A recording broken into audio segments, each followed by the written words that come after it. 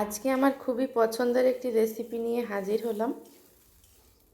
দেখে নিশ্চয়ই বুঝতেই পারছেন যে কি এটা হচ্ছে সয়াবিনের আলু দিয়ে মাখো মাখো একটা তরকারি। এই তরকারিটা আমার খুবই পছন্দের, আমার খুবই ভালো লাগে। আপনারাও একবার বাড়িতে ট্রাই করে দেখতে পারেন।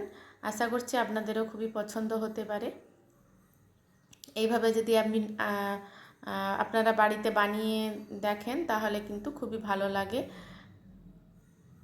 আমার এই রেসিপিটা যদি আপনাদের ভালো লেগে থাকে, যারা যারা আমার ইউটিউব চ্যানেলটি সাবস্ক্রাইব করেনি তারা অবশ্যই আমার চ্যানেলটি সাবস্ক্রাইব করে নেবেন, আর ফেসবুক পেজ থেকে দেখলে পেজটি ফলো করে নেবেন। সয়াবিন আর আলুটা আমি সয়াবিনটা আমি গরম জলে নুন দিয়ে একটু ভিজিয়ে রেখেছিলাম, তো ভালোভাবে ভিজে গেছে। আর আলুটা আমি একটু অল্প জল দিয়ে একটু সেদ্ধ করে নিয়েছিলাম, খুব বেশি সেদ্ধ করিনি, একটু জাস্ট সেদ্ধ করে রেখেছি। কড়াইতে সরষের তেল দিয়েছি, দিয়ে ওই সয়াবিনটা ভালো করে তেলের মধ্যে একটু লাল লাল করে ভেজে নেব। খুব বেশি ভাজা চলবে না, খুব বেশি যদি ভেজে নেওয়া হয় তাহলে কিন্তু সয়াবিনটা শক্ত হয়ে যেতে পারে। তাই কিন্তু একটু হালকা কালার চলে আসবে, তারপরে কিন্তু আমি সয়াবিনটা তুলে নেব। দেখুন এইভাবে ঠিক কালারটা এই রকম এসেছে, এরপরে কিন্তু আমি তুলে নেব। এর থেকে বেশি ভাজা করলে কিন্তু সয়াবিনগুলো শক্ত হয়ে যেতে পারে। সয়াবিনগুলো আমি তুলে নিয়েছি, কড়াইতে আবারও একটু সরষের তেল দিয়েছি, দিয়ে আমি একটা মিডিয়াম সাইজের আলু নিয়েছিলাম, আলুগুলো ছোট ছোট টুকরো করে কেটে নিয়েছি। আলুগুলোকেও কিন্তু তেলের মধ্যে একটু লাল লাল করে ভেজে নেব, ভেজে তুলে নেব। একবারে সহজ এবং সিম্পল পদ্ধতিতে আপনাদেরকে করে দেখাচ্ছি, আপনারা যে কেউ কিন্তু এটা বাড়িতে ট্রাই করে দেখতে পারেন। আলুগুলো মোটামুটি আমার কষানো হয়ে গেছে, এরপর আমি আলুগুলোও তুলে রেখে দিচ্ছি। আমরা যেহেতু ডাক্তার দেখিয়ে আসার পর আমাদের একটু রিচ রান্না খাওয়া একটু কমাতে বলা হয়েছে, তাই কিন্তু খুব একটা বেশি রিচ করে করছি না, একদম অল্প তেল মশলা দিয়েই করছি। যতটা না দিলে নয় সেই রকমভাবে আপনারা চাইলে কিন্তু এইরকমভাবে বানাতে পারেন, না হলে আপনারা কোয়ান্টিটিগুলো আর একটু অল্প অল্প করে বাড়িয়ে নিতে পারেন আপনাদের পরিমাণ অনুযায়ী। কড়াইতে আবারও একটু সরষের তেল দিয়েছি, দিয়ে আমি একটা মিডিয়াম সাইজের পেঁয়াজ কুচি করে নিয়েছি। পেঁয়াজটা ওই তেলের মধ্যে একটু ভাজা ভাজা করে নেব।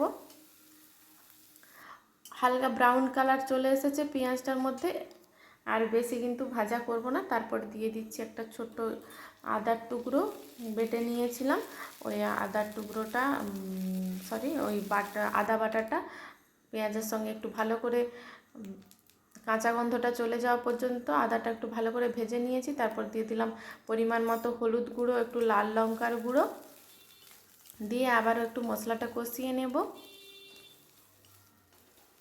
আর দিয়ে দিচ্ছি পরিমাণ মতো লবণ, অল্প একটু চিনি, দিয়ে আবার একটু মশলাটা কষিয়ে নিতে হবে। মশলাটা যেহেতু শুকনো শুকনো হয়ে গেছে, তাই আমি অল্প পরিমাণে একটু আপনারা চাইলে একটু জলও দিতে পারেন।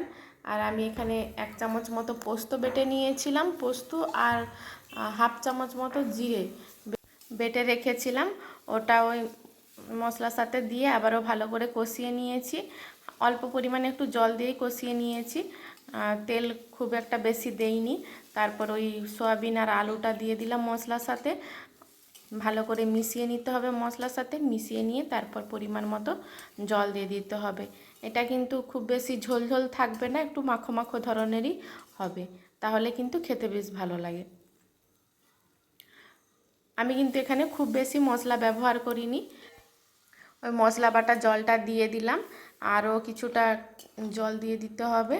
দিয়ে আলুগুলো সেদ্ধ করার জন্য, আলুগুলো প্রায় 80% মতো সেদ্ধ ছিল, আর কিছুটা জল দিয়ে দিলাম, দিয়ে আমি ঢাকা দিয়ে রেখে দেবো 2-3 মিনিট মতো ফুটতে দেব। দেখুন 2-3 মিনিট পর ঢাকাটা খুলে দেখুন এইরকমই মাখো মাখো ধরনের একটু হবে। আলুগুলো দেখুন একেবারে কিন্তু ভালোভাবে সেদ্ধ হয়ে গেছে। এইভাবে আলু যদি 2-1টাকে ভেঙে দেওয়া হয় তাহলে কিন্তু গ্রেভিটা অনেকটা ঘন ঘন হয়ে যায়, তাই খেতে আরও ভালো লাগে। তরকারিটা আমার অলমোস্ট রেডি হয়ে গেছে। এই সময় গ্যাসের ফ্লেমটা আমি বন্ধ করে দিলাম। এটা কিন্তু গরম গরম ভাতের সাথে খেতে দুর্দান্ত লাগে।